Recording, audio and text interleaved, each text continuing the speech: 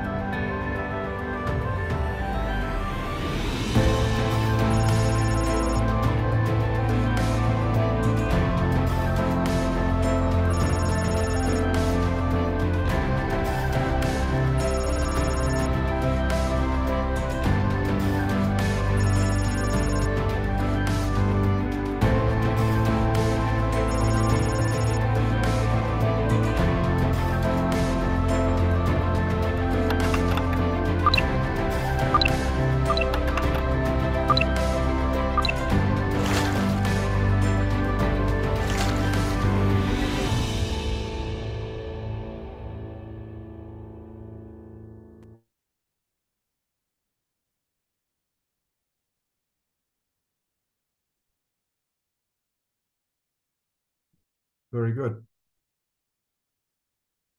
Shall I start, Esther, please? Okay.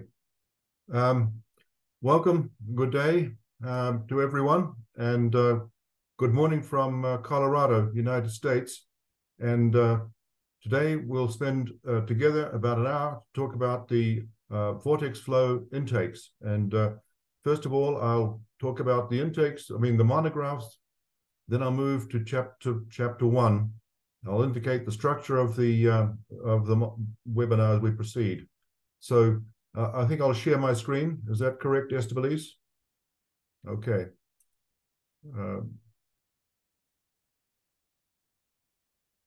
Okay, so I trust you can see that. Again, I'm Rob Edemer, from Colorado State University, the moderator of this webinar. First of all, I'll talk about monographs, and this slide here indicates the main features of monographs, of which this webinar is a presentation of a Vortex-Flow intake monograph. So what are monographs? Mid-sized publications, as indicated up top there, 50 to 150 pages, thereabouts. And they're meant to bridge knowledge gaps, as indicated by the first bullet, summarizing existing knowledge, publications, and recent advances of technologies and methods. They're a little bit more focused than a book. Monographs are relatively easy to write. They're focused more on particular aspects, such as this one, Vortex-Flow intakes, as we proceed. They're often written by several people, but they can be written by one person as they develop. They're meant to be concise, readable presentations of theoretical information, practical information, historic and cultural information. So they're quite varied in their content. And the audiences can vary from researchers, practitioners, to graduate students, depending on the type of the topic of the water monograph. They can be intended for all of these audiences, but they're intended to be concise and readable and up to date. This one, Vortex-Flow intakes, has been written by about 8 people. It's about 150 pages. Also, the water monographs are open access to enable wide, as indicated below, free use, widespread use of the water monograph, the content, the information they present. This one, Vortex-Flow intakes, was sponsored by Northwest Hydraulics, facilitated by Dr. Ken Zhao in Alberta, Canada. Also sponsored by Vortec Water Solutions, facilitated by Dr. Norm Mulligan in Ireland. Typically, again, these water monographs are free, open access. They're downloadable from IAHR's website. You can get a PDF. And as we present today, we'll present the highlights of the Vortex-Flow intakes so that you can read more in the particular monograph itself. The format for this webinar, based on the Vortex-Flow intake monograph, will briefly, about 5 minutes per chapter, present the chapters in the monograph. Each chapter has its own presenter. Presenter is usually or typically an author of the chapter. You're welcome to submit questions via the chat tab on the Zoom webinar. Each question will be collected at the end, and the questions will be answered or directed to the authors of particular chapters, or me perhaps, to try and answer the questions. Not all questions could be answerable, and some of the answers may be in the monograph itself, which you'll be encouraged to read. The overall duration of the webinar is about 1 hour, thereabouts. So, without much ado, I'll move to chapter 1 as we proceed. And chapter 1 is the introduction chapter for the water monograph. It's written by myself and Dr. David Jiwei Zhu from University of Alberta, now in China. But I will be the presenter, and I'll present the highlights of the introduction and then introduce the speakers and the structure of the webinar as we proceed. So this monograph, Vortex-Flow intakes, has a scope as indicated below here. Like most flows, vortices have indeed their uses and are increasingly employed by designers of various forms of hydraulic structures. Vortices used to be undesirable in certain circumstances, but they do have their uses. This describes the growing use of vortices, the desirable use of vortices for certain types of water intakes, particularly water intakes aimed at drop structures, as I'll indicate later on in the presentation. In these particular intakes, energy is to be dissipated by the time it hits the base or the bottom of the intake structure, usually a drop structure. Also, the monograph focuses on vortices and swirling flows in undesirable situations, particularly situations where energy is to be conserved, such as intakes for hydropower plants, intakes generally from low-level intakes generally from reservoirs and so forth. We want to get the flow out with as little loss of energy as possible. Also, this monograph extends and it updates the first prior IAHR publication of monographs called Swirling Flow Problems at Intakes. This was edited by Dr. Naus from Germany in 1987, also involved many authors, and it's still a very useful monograph and widely available. But as we proceed on through research, we get increased knowledge of intake performance, and certain flows are desirable in some situations, undesirable in other situations. So as I take this quote from Dr. Edward Naudascher, also from Germany, in the preface to the monograph in 1987 by Naus and others, the quote basically says there is extensive research still going on today about intakes, swirling flows in vortices at intakes. And this monograph, no doubt, will be also updated in about 30 years, 20 years, who knows, time. The words of Dr. Naudasher still ring true in that regard. We are getting more information about vortices and swirling flows and how they're used in design, particularly in drainage drop structures, which are increasingly being used in the United States, in many large cities, in Asia, in Japan, Hong Kong, Singapore, and in Europe, London, and so forth, as you'll hear in this monograph very briefly. Elaborated more in the monograph itself. And we're learning more, for example, about air entrainment and so forth, about these intakes and so on. The negative aspects remain, particularly intakes for hydropower plant, for example, and we try through design to avoid them as we proceed on.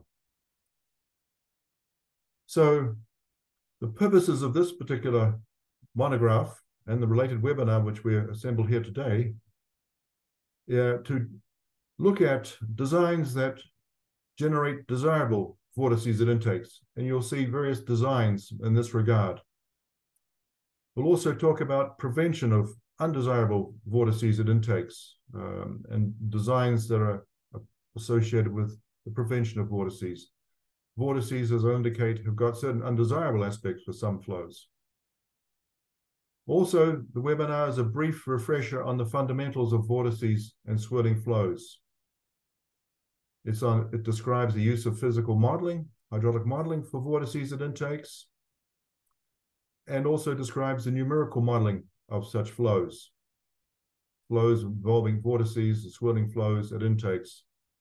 And you'll see in the presentation design of various intakes for drop structures, dam outlets, and pumps as we go along, both desirable and undesirable.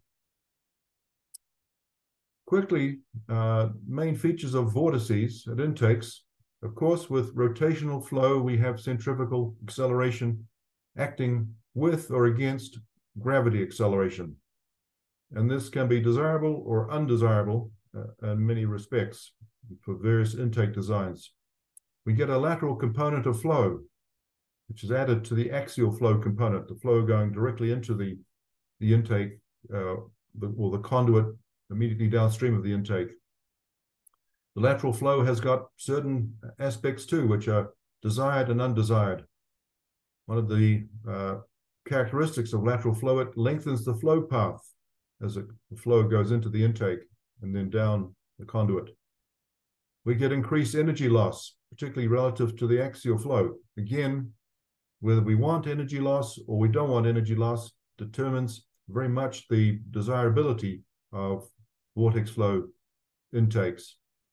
There are problems such as air entrainment, which vortex flow intakes minimize, but still we have air entrainment to deal with. We have debris entrainment, debris of various forms. It can be vegetation, it can be debris swept off roads, ice for that matter. We have to deal with that as well. Also, we have to deal with concerns regard to unsteadiness and possible vibration of flows, oscillation of flows, which can be undesirable for certain hydraulic structures. As I say at the bottom, these features can be desirable or undesirable. Particularly, most typically we don't want unsteadiness or possible vibration in design, because we don't know the conditions in which the flow is occurring. This particular webinar aims to show when these features, the features mentioned above, listed above, are desirable and undesirable. George Hecker, a well-known US figure involved in many intake designs, posed 5 questions in the first monograph written by Now Sedal, Swirling Flow Problems at Intakes. These are the questions, and in blue, here are the answers that this monograph attempts to address. First question is, should vortices be prevented? Typically, we do try to prevent them, but in some situations, intake vortices are needed and are used beneficially for design. Second question, what is the practical uses of basic research? Basic research leads to better designs of intake, and quite a bit of research is continuing in various aspects of intakes and swirling fluid intakes. Is intake geometry important? Yes, indeed. It certainly is, as we'll explain during this webinar. Do published guidelines work? They're improving and they're getting better all the time. How may vortices be dissipated? Final question. Well, this monograph and webinar that you're attending this morning or today explains some of the methods used to dissipate vortices when they're not required or not desired. I'll end by giving a quick, I should say, outline of the structure of the monograph and the webinar. First of all, the introduction, which I've just given, chapter 1. Then there's a group of chapter which we categorize as tools. Chapter 2 deals with fundamentals of vortices and swirling flows, which will be presented by Dr. Susan Gaskin from McGill University, Canada. Chapter 3 deals with physical lab hydraulic modeling of vortices and swirling flows. And this will be presented by Dr. Troy Lyons from the Iowa Institute of Hydro-Environment Research and Engineering. And chapter 4, numerical modeling of vortices and swirling flows. And this will be presented by Dr. Sean Mulligan of Vortex Water Solutions. One of the new aspects of this particular monograph is the introduction of numerical modeling to address problems of design, to aid design of involving vortices and swirling flows. Then we have a group of chapters focused on applications. Chapter 5 deals with Vortex-Flow drop structures. Again, this chapter, this application, drop structures, is moved to the fore. And this is a case where Vortex-Flow intakes are very much desired. Chapter 6 deals with vortex at reservoir informations. I should say chapter 5 is presented by Dr. Joseph H.W. Lee from Macau University. He's president of Macau University Science and Technology. Chapter 6 deals with vortex flow formation at reservoir intakes, and that'll be presented by Dr. Robert Bose from ETH Zurich in Switzerland. Chapter 7 deals with vortex flow formation at pump intakes, again presented by Dr. Troy Lyons from University of Iowa. And finally, there'll be concluding remarks presented by me. If you feel questions arising, use the chat option, and the questions will be collected and answered where possible at the end of this particular seminar, or you may be directed to read the monograph itself. So I'll move to chapter 2, which is presented by Dr. Susan Gaskin, and it deals with the fundamentals of vortices and swirling flows. So the floor is yours, Susan. Okay, thank you. I'll just share my screen then. And we'll get started.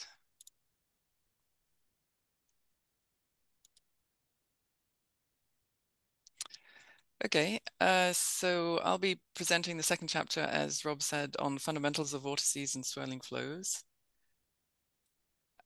So in this chapter, we really want to show how we're moving from theory to experiments to then to applications. And we know that a free surface vortex occurs when swirl in the flow is concentrated by the axial stretching as the flow is drawn down towards an intake and accelerates.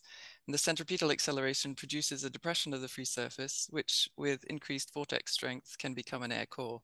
So here we see a couple of geometrical setups, the air core, we see that in the experiments, and then we see some examples in applications. Initially, we would make scale models in labs and to study the vortex formation. And here we see where dye has been added to a vortex and it gets concentrated in the vortex core. And that allowed a qualitative description of the vortex strength through the classical Hecker vortex scale from 1 to 6. We also use analytical models. So the theoretical base is the Rankine model. So the Rankine model has a forced vortex in the inner core. This is shaded in blue, and then a free vortex outside. In the forced vortex core, we can see the transverse velocity increases with radial distance, whereas in the free vortex, it decreases with radial distance. And if we look here, we can see as the forced vortex rotates, it causes the free vortex to form. We can then look at the radial momentum equation to describe the pressure variation, from which we can then get the deformation of the free surface. So we can see this, this air core developing, which gets larger as the vortex strength increases. Further theoretical developments were produced by, I just want to check for a moment, do you see my screen properly? Yes, you can yes, see it. It's fine. Okay. So in the developments by Helmholtz in 1876, we had he developed a velocity transport equation for incompressible flow. And so on the left-hand side, we see the variation of the vorticity with due to time variation and also due to advection. And on the right-hand side, we see a term due to vortex stretching and tilting and one due to viscous diffusion. So these were then added to refine the vortex model, which Berger and Rott did independently. And first of all, they incorporated the viscous diffusion, which removed the discontinuity, in the transverse velocity profile between the forced vortex and the free vortex. So we see this smoother profile on the right by including the viscous diffusion. They then also added axial stretching. So the axial stretching concentrates the vortex in the downwards direction as the axial velocity increases linearly with z. And using both of these, we can then define a characteristic radius of the vortex, which occurs at the point where the transverse velocity is at a maximum, and it's a function of the ratio of the viscosity to the axial velocity gradient. So the Berger's model is the basis for many later numerical and analytical model variants, and we can see an example list here which still continues. And for example, they did things like adding surface tension in the model, which would affect the free surface depression. So free surface depression is one of the first indicators of vortex strength. And for example, also in the full air core vortex model, where the forced vortex region is replaced by the vortex core, then this modifies the axial velocity component close to the air core. Experimental data is then used, and this allows us to both validate and refine the models. We can see here on the left the transverse velocity profiles. On the right here, the vertical velocity profiles, both inside and outside the vortex. Critical submergence is important in many critical applications and many practical applications, and that's the point where the air core reaches the inlet. And there are many different empirical prediction equations for this because the coefficient B and the exponent A account for the different geometries. And we can also look at free surface depressions. There are a few other considerations that we look at affecting vortex formation. One is turbulence. This can affect the stability of the free surface vortex, particularly for the weak vortices, which can then become intermittent. The other thing to know is that these vortices always occur in pairs, one attached to the free surface and the other one attached to the floor, so they both can entrain debris, for example. A question that many people have is whether the Coriolis force affects a typical intake vortex, and in fact it doesn't because it's too small, and this you can see by the Rossby number, which is much, much greater than 1. And in a particular flow configuration, we can also see that the free air core vortex has some similarities to Taylor-Couette flow. So that's kind of an overview of what we see in chapter 2, and I will let I guess Sean take over for chapter 3. Chapter 3 will be presented by Dr. Troy Lyons from Iowa Institute of, I should say, Hydroscience Engineering and Research. So, Troy.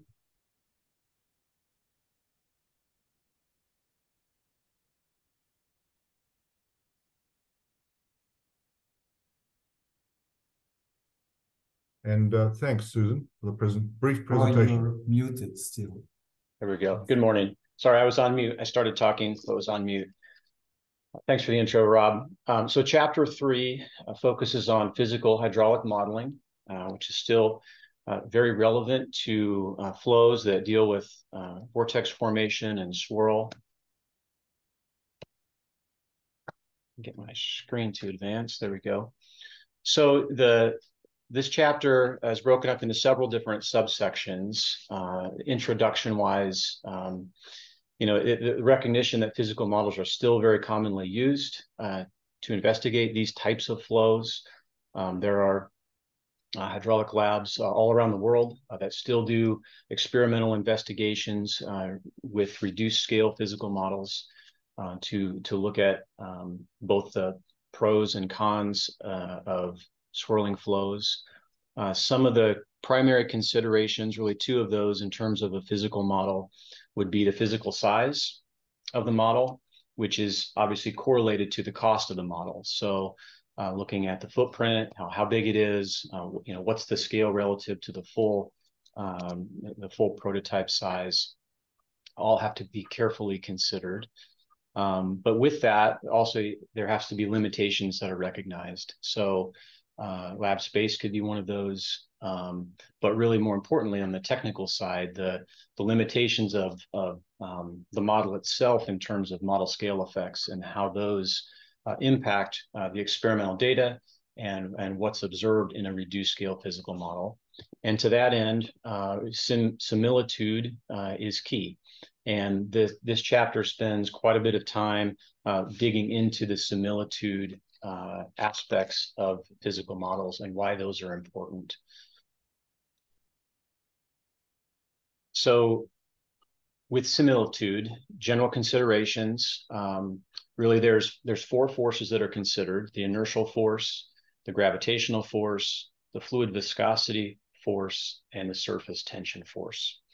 And those forces are generally expressed as ratios of non-dimensional numbers, known as the Froude number, the Reynolds number. Weber numbers are common ones that are used. There are many more, but those are the ones most commonly used in doing reduced scale physical modeling with free surface flows, such as are typical for these types of swirling flows. Geometric similitude is pretty straightforward. Most of the time, models are done for these types of flows at an undistorted, meaning the same horizontal scale and same vertical scale are used. There are scenarios where models can be distorted.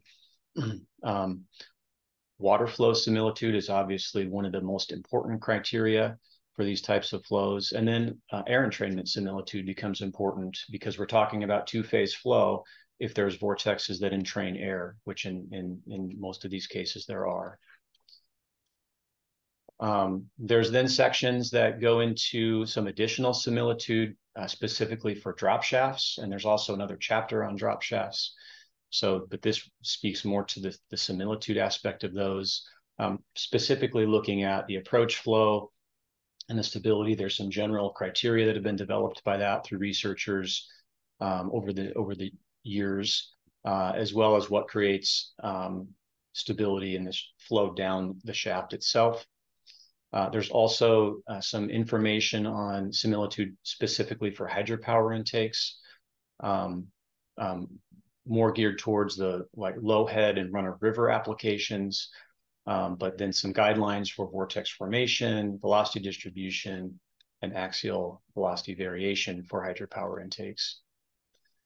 And then there's a section on additional similitude for pump intakes specifically, and in that case, looking at free surface vortex formation, the submergence Froude number, the radial Reynolds number, Weber number.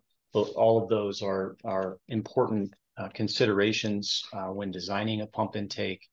The Weber number, which deals with the surface tension and the ratio of the surface tension, becomes important because with a reduced scale model, you're typically using water and you're scaling down the physical size of the model. So the surface tension force is too high relative to the size of the model. So that has to be recognized.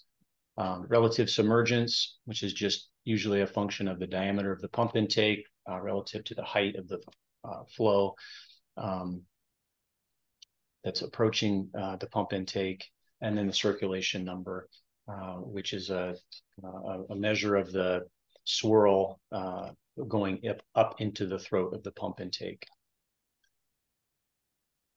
There's also then a section on instrumentation, which goes through all the basic instrumentation that's commonly used to measure various types of aspects of the water and air flows in these types of models. So elevations, for example, could be LiDAR or total station. Flow rates traditionally were used with pressure differential orifice plates or elbow meters, but more commonly now electromagnetic flow meters, which are proven to be very accurate. Flow velocity, there's many ways to measure that, from as basic as a pedostatic tube up to techniques that use lasers, cameras, like the laser Doppler anemometry, particle tracking, velocimetry, those types of techniques. Water surface levels, again, can usually be are pretty straightforward, can be used with a simple point gauge, or could be electronic with an ultrasonic level sensor or some type of pressure gauge. Flow pressures are typically pressure transducers.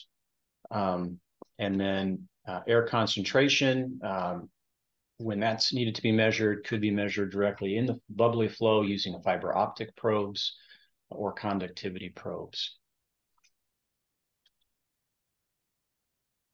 And then this chapter ends with a nice application example of a physical model that's a 1:16 scale.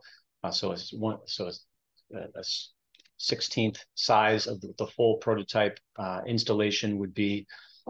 It includes a fairly complex approach flow channel with some gates, some turns, some bends. It's a free surface flow. And then it transitions into a vortex drop shaft. So an intentionally created swirling flow down a vertical shaft into a deaeration chamber where a tremendous amount of two-phase flow is created because of air entrainment. And then there's a vent and separation of the air from the water in the deaeration chamber. And the example talks about the model experiments, how the experiments were formulated, and then what resulted from the experiments in terms of design changes and improvements from the physical model. So with that, I will stop sharing and we'll move to chapter 4. Thanks. Thanks, Troy, for the presentation. And chapter 4 addresses the contemporary use of numerical modeling as a tool for understanding swirling flows and vortices. And this chapter is written by these people, as you indicated here, Sean Mulligan and Susan Gaskin, but presented by Dr. Sean Mulligan from Vortex Water Solutions. Sean? Thank you, Rob. Good morning, good afternoon, good evening, everybody. Pleasure to be here to present with the co-authors on this very exciting monograph. My name is Sean Mulligan from Vortex Water Solutions, and we're also delighted to be sponsoring this monograph as well. So to kick off on chapter 4, as Rob mentioned earlier, one of the key advancements on the previous monograph on swirling flow problems at intakes, it was the significant amount of work that's been done on computational fluid dynamics modeling or numerical modeling of vortex flows over the last 20 years. So this chapter really focuses on that topic. And as we know, I think we can all agree, vortex flows are extremely complex. They're highly transient. They strong, diverse or adverse velocity and pressure gradients make understanding these types of flow problems in different three-dimensional flow domains quite complex. So computational fluid dynamics then presents a really promising method for analysis to support existing physical modeling research, such as the work presented by Troy Lyons on the previous chapter, but also to support design decisions in new infrastructure projects. And this is really enabled by the affordability and accessibility of CFD, and also combined with the dramatic increase in computational power. That really allows us to unlock a significant opportunity in both research and practice. And just for an example, at Vortex Water Solutions, we can access high-performance computing within minutes, anything up to 90 cores and beyond, in order to provide simulation power to access this type of flow problem simulations. We have a range of different commercial codes available and open source codes, and they're all well equipped with numerical methods to solve these types of physics. And that's what this chapter summarizes. On the right is one of the first simulations of a vortex flow using SPH, and that was carried out by Bart et al. And Giovanni Di Cesare at EPFL, just to give an example of some of the more advancements that has been conducted in this area. The chapter focuses on various topics. One of the focus topics is on free surface modeling. So in the early stages of numerical modeling, a fixed lid boundary condition approach was used to approximate the free surface.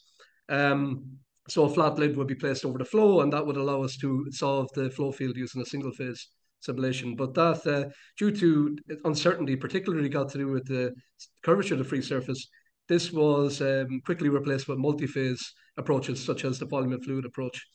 And as I showed you in the previous simulation, as shown on the right of the slide, a smoothed particle hydrodynamics has been used more recently to capture the free surface characteristics, where in general good agreements with the vortex locations and the free surface shape have been determined. But still, despite these strong advancements, there's limitations regarding the quantitative accuracy in several different applications to date. Another big focus in this chapter is on the importance of mesh configuration. And we have reviewed several different literature and papers looking at different approaches different authors have taken when developing a mesh for solving these types of flow problems.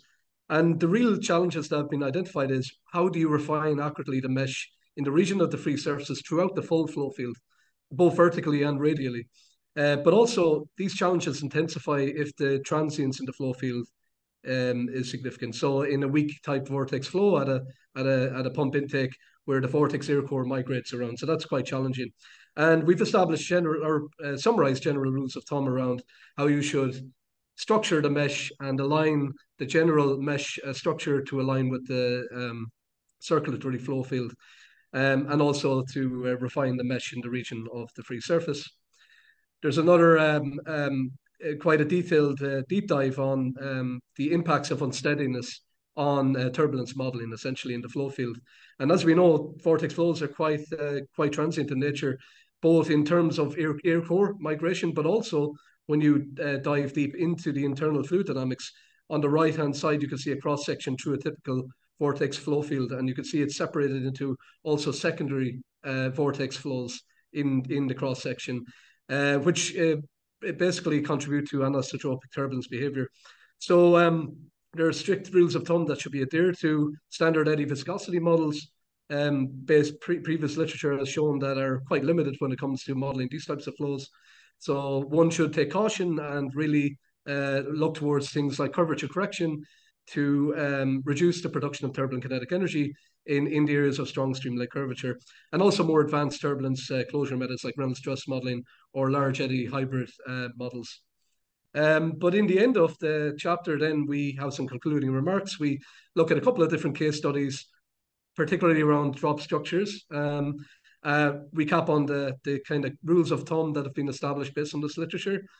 And then finally, we propose a number of really exciting areas for future research that focus on areas like really leveraging advanced instrumentation of physical models to inform and validate newer CFD models that have been carried out, leveraging insights from prototype studies to inform and validate three-dimensional CFD models, looking towards also bubbly flows in air entrainment, how to capture and model these types of physics accurately, everything then to the newer area of meshless approaches and SPH. So with that, I will conclude, and I'll pass you on to the next co-author of Chapter 5.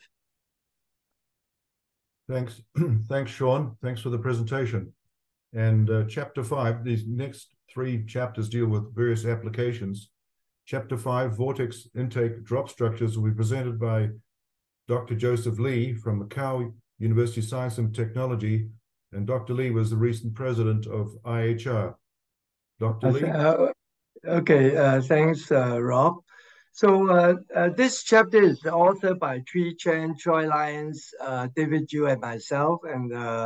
And instead of going through the details of the chapter, what I would like to say is actually, in fact, the whole book, the whole monograph, the advances that have been made since 1987. I think, for many years, when we do design of vortex drop structures, which are extensively used in water supply intakes, drainage systems, etc., we've been relying on this chapter, Jane and Atama, in that book that was introduced at the beginning by Professor Atama. That book was a very nice book. It gives some design guidelines, but by and large, it's mainly based on 1D theory, and I would say a rather limited small-scale model tests, the earlier Milwaukee studies and so on. So for many years, when we do design, actually, there's very little guidance to go by. I mean, in those days, CFD was not mature enough. And so you have to still do models, but there's not enough design guidance. I mean, you kind of refer to this Milwaukee design, and then there's really no systematic theory.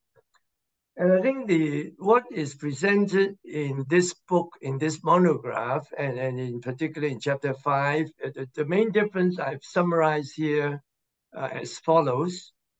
First of all, it contains a rich collection of new material versus the 1987, which provides a good basis.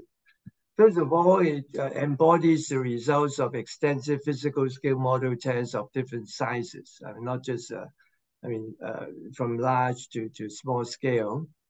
And also it embodies in the design process, in the design procedure, fully 3D CFD calculations that have been validated both by laboratory experiments and full-scale structures. I think that's...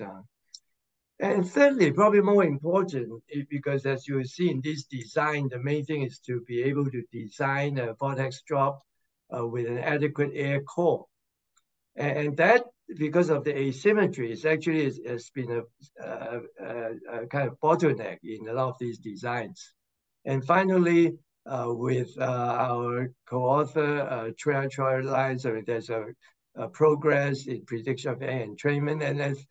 And what's more, there are case studies of major international drainage schemes and storage schemes. So I think these are the kind of uniqueness of this monograph, and in particular, chapter 5. So essentially, there's 3 types. I mean, besides the plunging type, they're very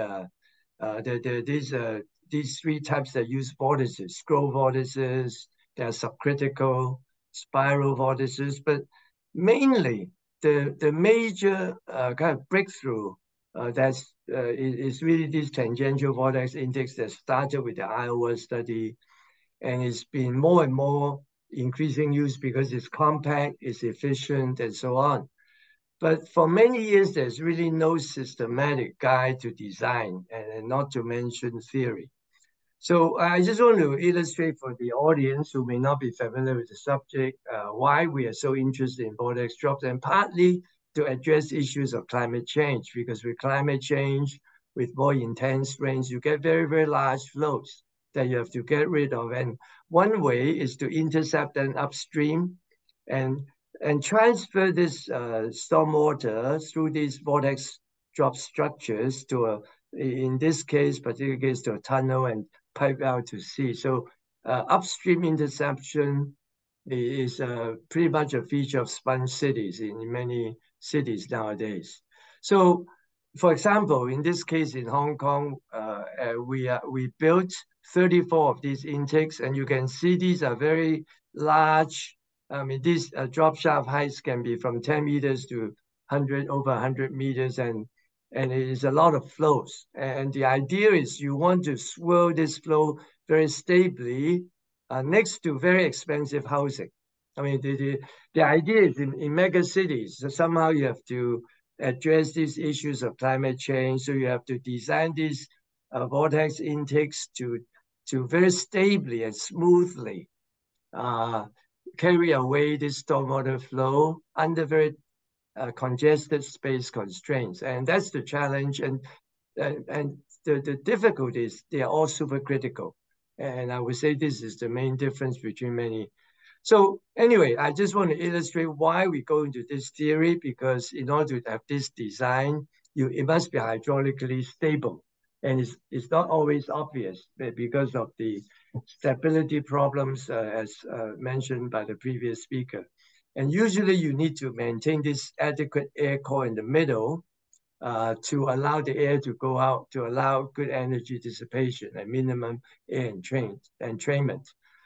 So in general, I mean, for example, I just illustrate this a typical vortex intake. You swirl the flow in. This is the a tapering channel, and then you just swirl it in, and this is the E is the junction kind of width. And you can see very quickly for given flow, there are many design parameters.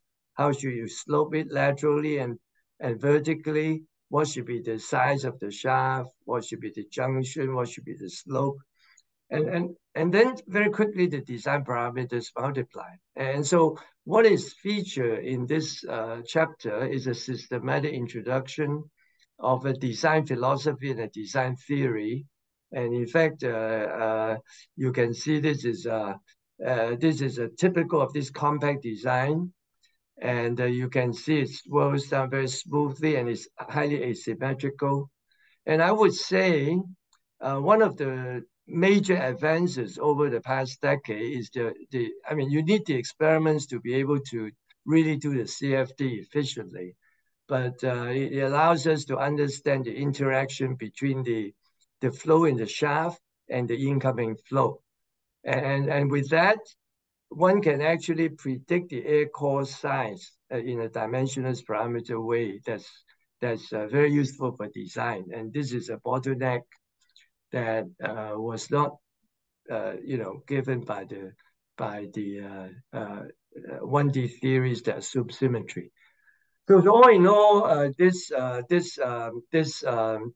chapter, as I try to summarize again, this chapter, the key feature is that it can predict air entrainment, it can predict air core. It kind of embodies the references together with its sections.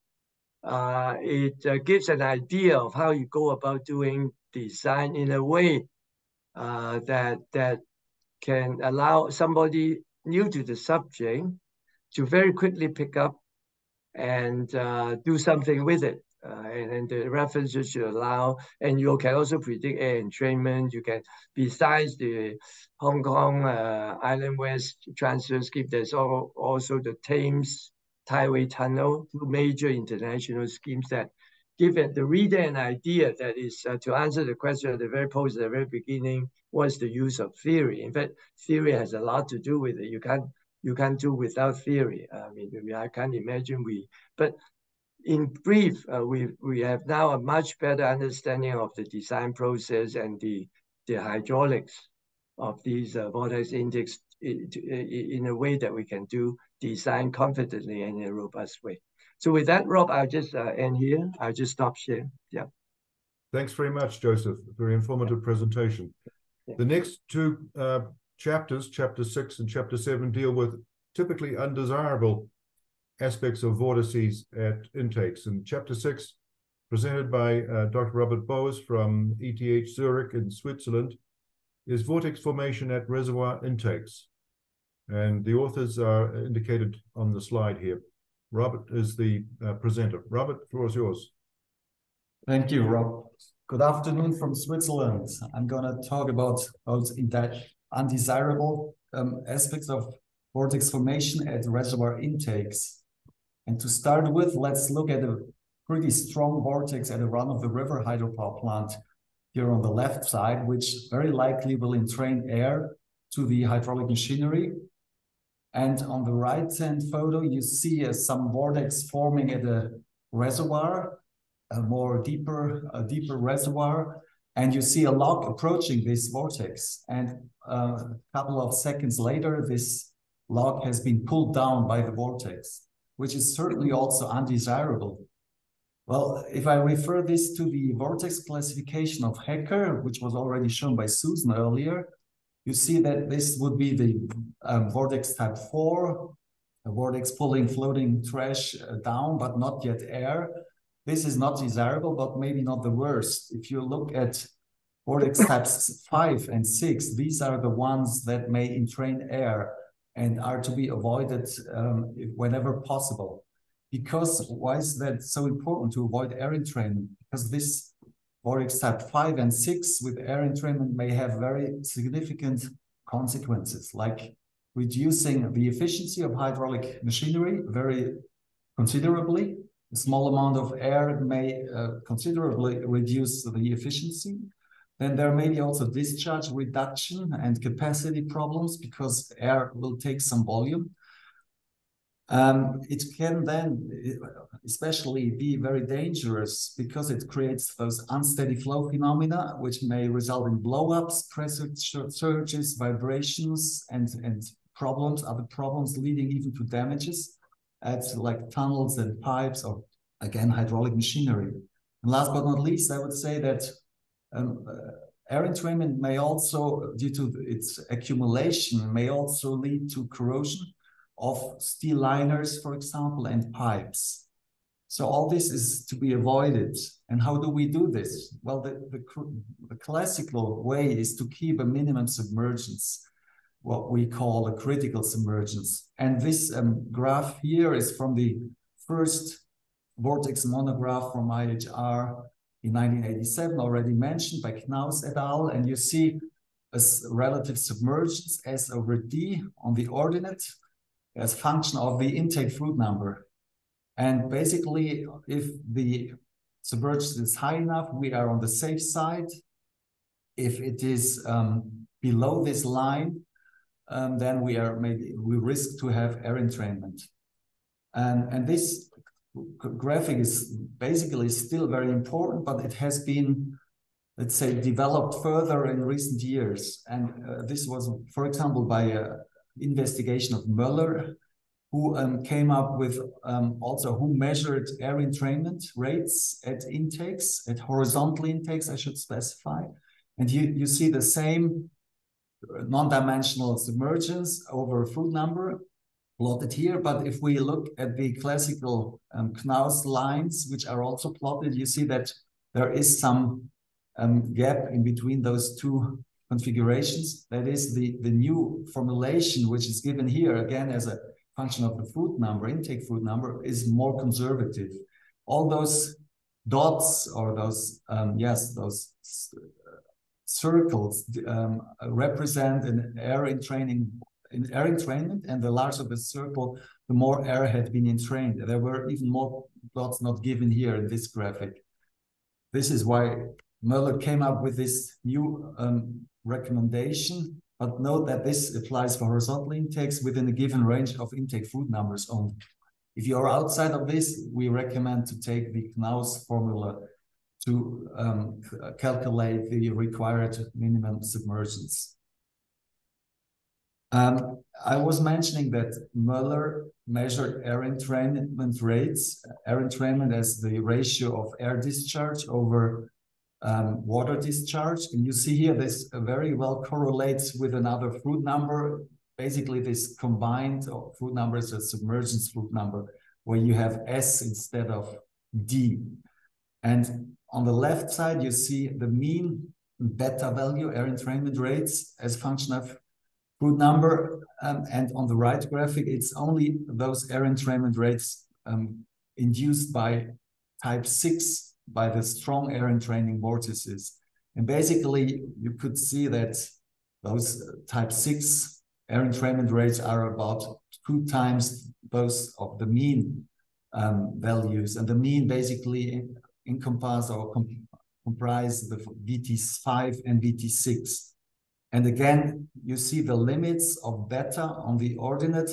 Small amounts of beta lead to still small amounts of air concentration, just to have a better maybe idea of what this means. But this can already be very negative in terms of, for example, reduction of efficiency, as I was showing before. So besides, what are mitigation measures to avoid those negative vortices? Besides respecting the critical submergence, maybe sometimes this is not possible. What are different measures? One thing is to have structural measures like putting flow guidance vanes in the approach flow to the intake. this can, like this, we can get rid of asymmetric approach flow, and this will reduce the likeliness of having vortices. We may also put structural elements to the intake and add this, like those roofs shown here, and this helps to either suppress completely the air entraining vortex or to prolong its path, and then to reduce or to have energy dissipation, and again reduce the likelihood to have those vortices. If in any case you can still not avoid to have air entrained, which can be now also calculated from the Muller investigation, how much air is entrained, you may still cope with this by putting devices like these air separation chambers at the socket of a tunnel. So the air bubbles may even form to larger pockets, but then once they reach this chamber, if it is adequately designed, they rise into the detrainment pipe, which is connected to the atmosphere, and air is getting out of the system and not approaching hydraulic machinery, for example. There is more in chapter 6, even on negative aspects of vortices on spillway flows. For example, vortices at gates may then also cause shock waves on spillways or in low-level outlets. But due to time constraints, I leave it to this here and would like to pass the word on to the next speaker. Thank you, Robert. Thanks for a very informative presentation. And the next speaker will deal with chapter 7, which is vortex flow formation at pump intakes. Vortices typically are undesirable. And the presentation will be given by Dr. Troy Lyons from the University of Iowa, the Iowa Institute of Hydroscience and Engineering and Research. Troy?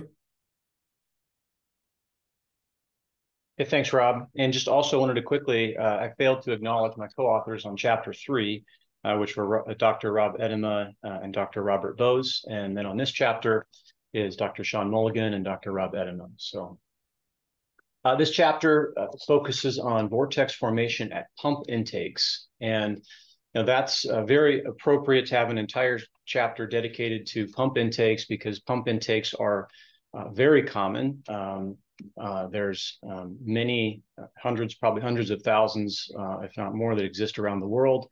In rivers, lakes, basins, channels, stormwater mitigation, all many different applications, which is what makes them challenging to design. It's because they come in a large variety of sizes and layouts. In this regard, the chapter focuses really on eliminating swirl and vortices. So in the instance of pump intakes, where we do not want swirl or vortices for several different reasons. It's challenging because there are many different layout variations, but the standards are well developed, so that's a plus. There's lots of guidance to look to, especially when designing a new pump station. Many of the challenges arise with existing pump stations that may not be designed to standards, or have issues that arise due to changes in flows or pumping capacity, those types of challenges. Typical flow problems would be surface or subsurface vortex formation. Excessive circulation is an issue, as well as uneven flow distribution. And common causes of the problems are looking at the approach flow and how is the flow approaching the intake, which could even be out into a river or a lake. Are there high cross flow, for example, could propagate into and create a swirl or unsteadiness of the flow. There could be stagnation regions caused by a structural member or some other obstruction in the flow, or a corner or a bend where the flow could separate and stagnate. Those can cause issues. Large-scale turbulence can be a challenge, as well as excessive vorticity. The chapter hits a little bit on the external flow field and the just awareness of the impacts of, for example, streamline curvature can have an effect a local effect at the intake. If there's cross-flow currents, such as you would have in a river environment typically, or obstructions. And that could be something upstream. It could be mooring dolphins or other things that are legacy structures that are maybe along the riverbank line or out in a forebay. Dunes or a rough bed can cause impacts that are seen within a pump intake bay and or the presence of ice and debris or the structures that are placed to keep ice and debris from coming into an intake can also influence the flow field. And then the chapter shifts into focusing on the flow field within pump intakes. So the more localized things, such as the surface, or such as the vortex formation, which can be from the surface, they can be attached to the floor, attached to the back wall or the side walls. They typically extend into the pump column. A couple people have already hit on the classification systems that are used to look at to measure the strength of a vortex, and that's very useful in this context. But in general, because of model scale effects, physical models generally underpredict vortex formation. That's something to keep in mind. And then finally, the chapter goes into some more considerations in the design of pump intakes. They mention the U.S. Army Corps of Engineers has a recommended layout, which can be useful when looking at a new pump station installation.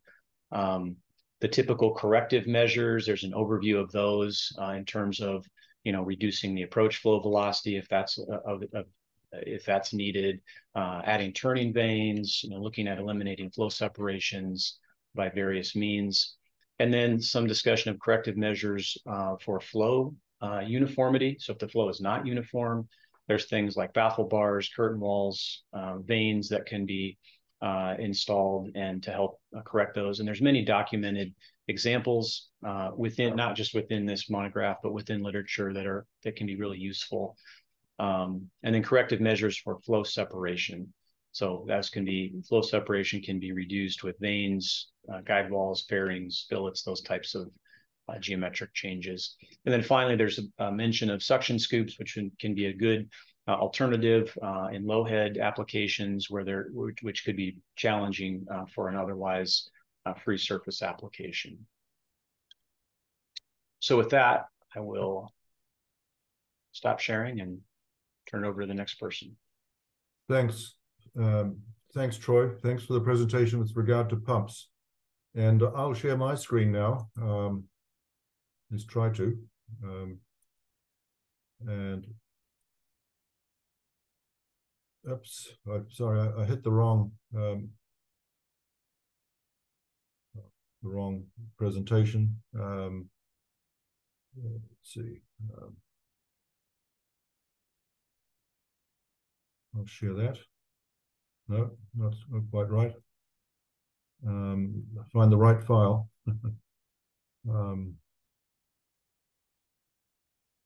See.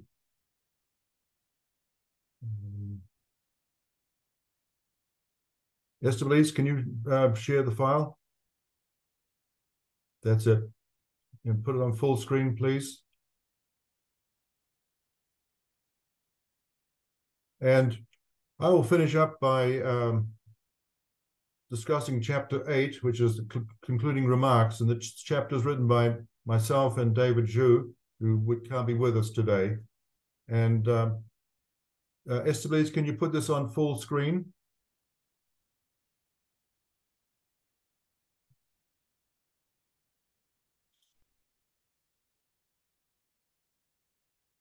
Oops. Well, Estebaliz, can you put it on full screen? Yep. Not quite. Well, chapter 8 deals with concluding remarks associated with the monograph, and wraps up basically the monograph.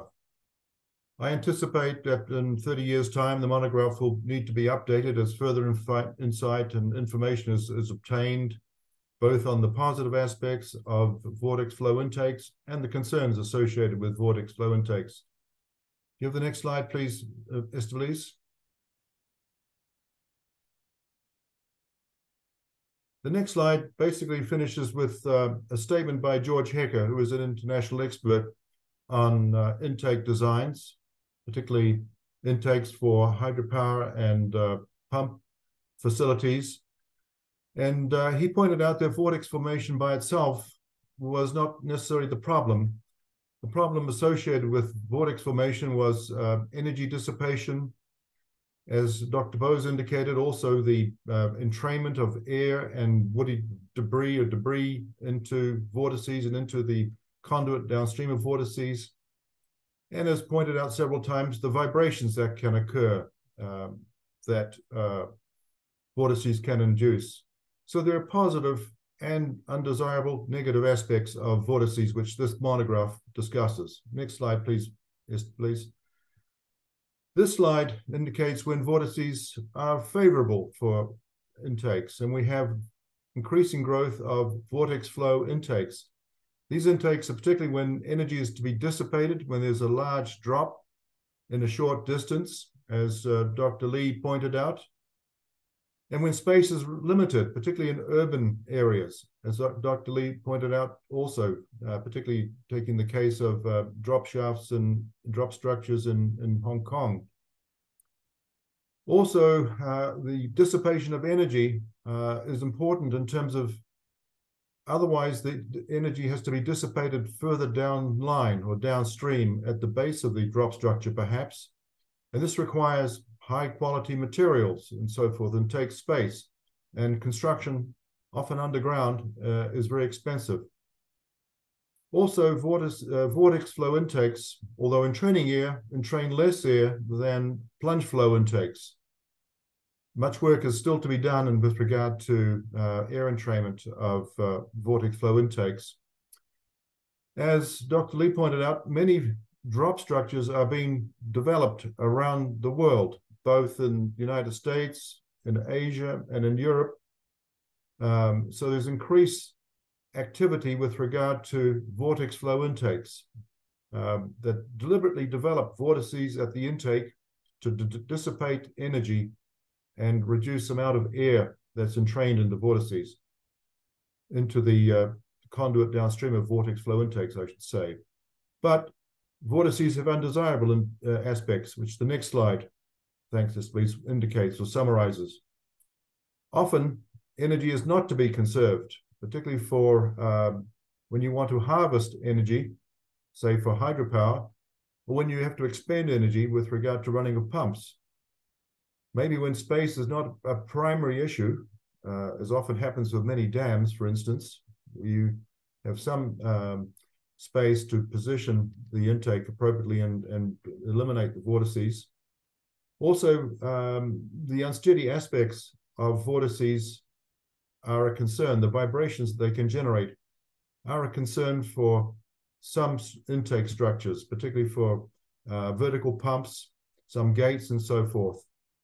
Also, vortex flows increase or can increase, if undesired and left alone, air entrainment and debris entrainment, such as woody debris, and so forth. And the issue of cost, of course, is always ever present. Next slide, please, Esther, please. Okay, next slide. Okay, so my parting comments are vortex flows, like most flows in hydraulic engineering, water engineering, have their uses. Vortex flow intakes are needed. They're increasingly needed for drop structure, drainage structures that are used to control water inflows. Professor Lee used the term sponge cities. Vortex flow intakes are an important part of development of sponge cities that absorb water, runoff water, typically that increases maybe with climate change, and delivers them to the water to places that where water can be treated or can be stored. Often, as pointed out in chapter 6 and 7, vortices at intakes are undesirable for various reasons. And so that ends the presentation. And there's brief time, and I see we're over time, for questions and answers. And you've submitted about 14 questions, I see. And so Troy has assembled the questions, and maybe can direct them to particular presenters if we have time to answer them. Or else, of course, there is the monograph itself, which you can refer to for further elaboration of each of the points that were raised by the presenters. Troy? Yep, sounds good, Rob. Yeah, so there are a number of questions submitted in the Q&A, and we'll take a few minutes here to answer, go through and answer those. The first question was, has any work been done on vortex drop shaft design with fluids other than water? And I'll take a crack at answering that one first, and then perhaps Rob or someone else wants to add to it. But the short answer is no, not that I know of. Generally, it's impractical. At least here at the University of Iowa, our hydraulics lab is set up to do these large-scale physical models using water. And so, to my knowledge, none has been done. And perhaps Dr. Lee may know of some. But anybody else have a response to that question? Dr. Lee?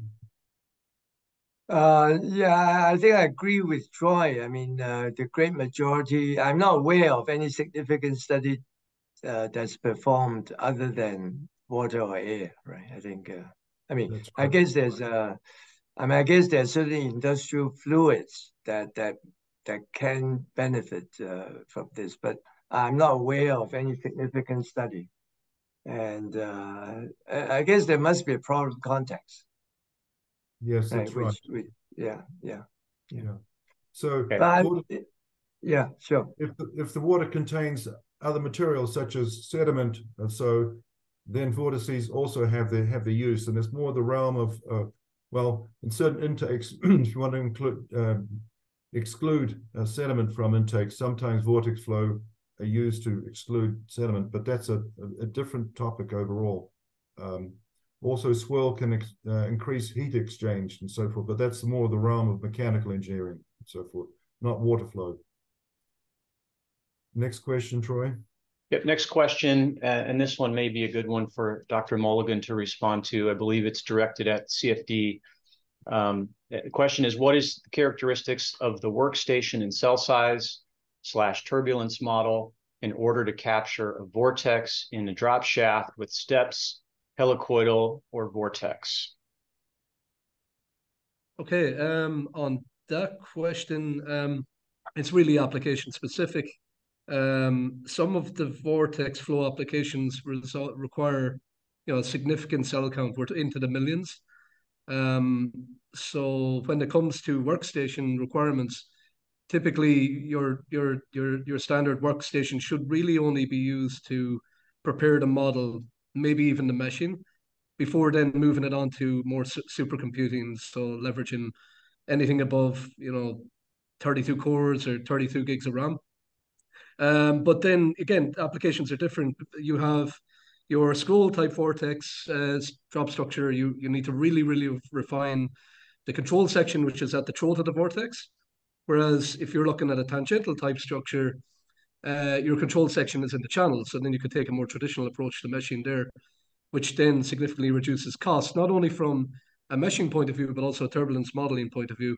Well, what I have found from various applications is that you can adopt a more traditional approach to tangential structures with a steady or a standard RANS model like SST, whereas with scroll type formulations, you need to step it up to curvature correction, Reynolds stress modeling, and so on. But it really depends on the application. Okay, thanks, Sean. Another question is, how is turbine efficiency impacted by vortex formation? Perhaps Dr. Bose would like to take a crack at that one. Basically, it's the small amount of air entrained which reduces efficiency. Like for a Pelton turbine, you have a much worse jet coming out of the nozzles before hitting the turbine runner. And this affects efficiency, also for Francis turbines. But then let's take a low head run-of-the-river power plant. If you have very large spiral flows, vortices, then you may also have very bad approach flow conditions to the turbine, like rather a Kaplan turbine. And if the approach flow is not symmetrical, this also decreases efficiencies by a few % usually. So there are different kinds of negative effects of air. with respective turbines. Great. Next question is regarding Chapter 5. Is there any potential for application of vortex intake drop structures to reservoir spillways, or are traditional spillways concepts usually always more efficient for very large flows?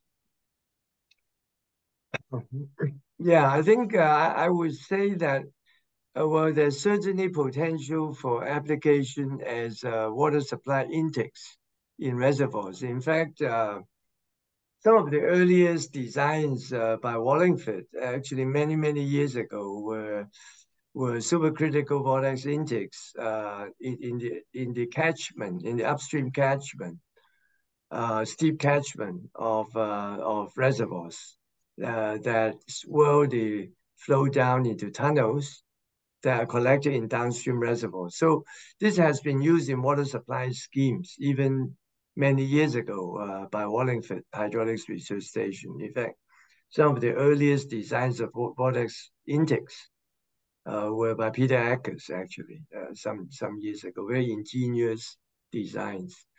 So I would say it's certainly there have been applications for water supply reservoirs. Now, whether this is can replace morning glory spillways, that's a slightly different issue. I mean, as we all know, these are still used. These morning glory spillways, plunge spillways, but increasingly, I think, especially for drainage, and these very compact structures are used, whereas in reservoirs, maybe space is not an issue. So I guess you have to look at the pros and cons. So I don't know whether, Rob, you have anything to add. Let me just add a very few thoughts on this myself.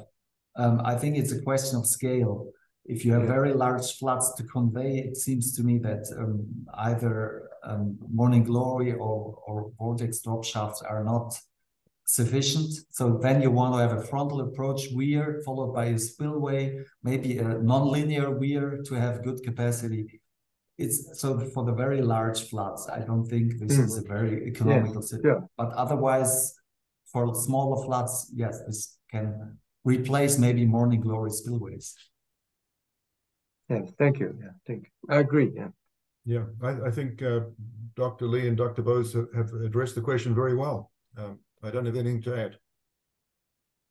Okay, another question, which came as a two-part question, is regarding air entrainment into penstocks. So when air entrains to the intake for a rather long time, should we sometimes close the intake completely? And then follow-up, what is the actual cost of air entrainment? Are there any resources to give quantitative economical costs of air entrainment events during a reservoir lifetime? And then this person submitted a follow-up saying, is the cost more about the reduction of efficiency or the damage to the machines and intake? If I may start, I think this is hard to answer in general.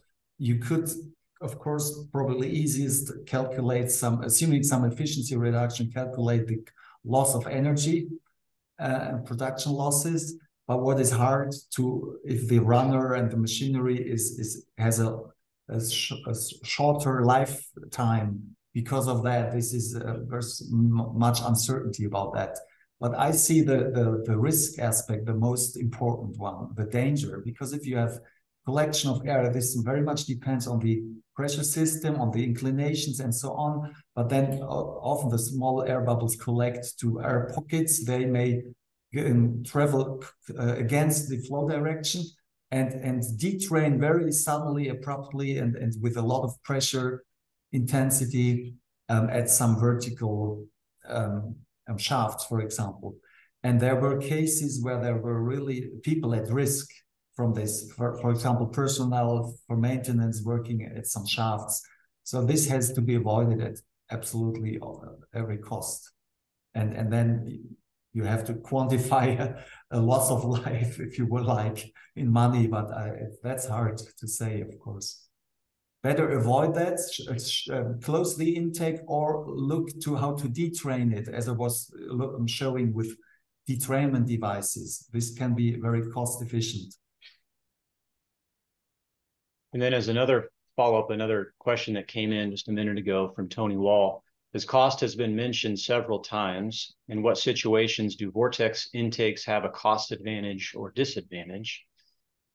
So I would say in terms of vortex drop shafts, from a size, diameter requirement for a given flow rate, they are the most compact and the most efficient. So in that sense, they do have a cost advantage versus another type of drop shaft, such as a helicoidal or plunge or morning glory. But there's also other considerations to take in mind as well. I don't know if anybody else here on the panel has any other thoughts on cost and when they have a cost advantage or disadvantage. Anyone want to add to that answer? No, well, I think when you've addressed the main issues in terms of space, particularly in urban areas, and then secondly, energy dissipation and their ability to do that. I think those, for certain applications, they have great advantages over traditional plunge flow intakes. Although occasionally plunge flow intakes still have their place, as you know, Troy. Yeah. Yeah, I'd like to add something to what Robert both said about the air entrainment. I think the safety is an issue. Sometimes over time with sedimentation, you get reduction in capacity of these tunnels. And then you get air pockets. And in Hong Kong, we've experienced sometimes, with these air entrainment problems, gushing phenomenon. Like there's almost a cyclic hissing sound from these intakes that it's very difficult to know exactly what's happening.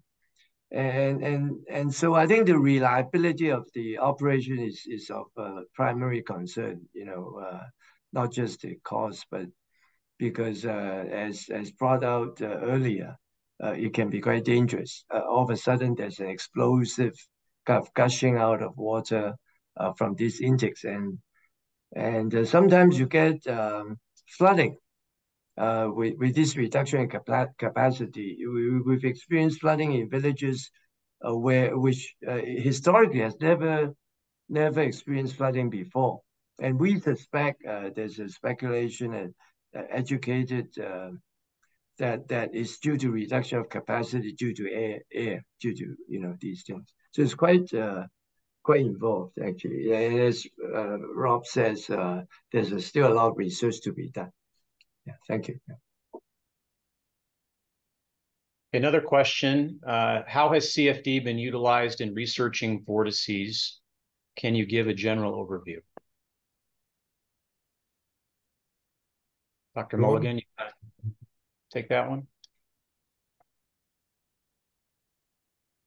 Well, if I could try, I think what I've tried to illustrate is, one very useful thing to us is with these compact tangential vortex intakes is with CFD, and only with CFD can we actually quantify the air core ratio, with these asymmetrical, kind of configurations, which you cannot do otherwise. So to us, Chapter 5 guys, in fact, one of the kind of satisfaction in a way is to be able to do that in combination with theory, dimension analysis, and 3D CFD. Whereas, 10 years ago, you're just not able to do it. So I think it's very useful in design. That's my point. Yeah. Yeah, CFD is a very useful additional tool in the toolbox for dealing with very complicated flows, such as in Vortex-Flow intakes. Yeah. Sean? Indeed, and one of the recommendations we make in Chapter 4 is with regards to how impactful CFD is going to continue to be in this field of research, but where we leverage physical instrumentation, so really advanced instrumentation, picking up details on the physical flow field that we couldn't detect before, and then using that to then really validate and really make accurate our CFD simulations going forward. So this is going to be a very interesting area of work well into the next monograph. So Rob, there's probably more questions than we can get to. Do you want me to continue to go through questions, or where are we cutting this? I think we should wrap the webinar up. And my apologies on behalf of everybody, all the presenters, with regard to not being able to address all the questions. I'd encourage people to look at the monograph itself. Maybe email certain presenters if you have a question that's very important to you. Certainly do that. But I think I will draw the webinar to a close because it's almost 90 minutes length. And I would thank, first of all, SWEs for facilitating the webinar and IAHR for facilitating the webinar. And I thank, too, the presenters for the webinar, the various chapters of the monograph. And I thank the audience, too, for attending the webinar, and encourage you, as I've said before, to download the monograph, which is free, or email the presenters if you have a burning question. There are many questions still to be answered. Much research is still to be done. And this is part of for me, the fun part of the topic. And, with that, Esteliz, I think I will say good morning to everybody from Colorado. I know it's near night where Joseph Lee is, and during the afternoon where Robert Bose and Sean Mulligan and so forth, and so on. So with that, I will end the webinar.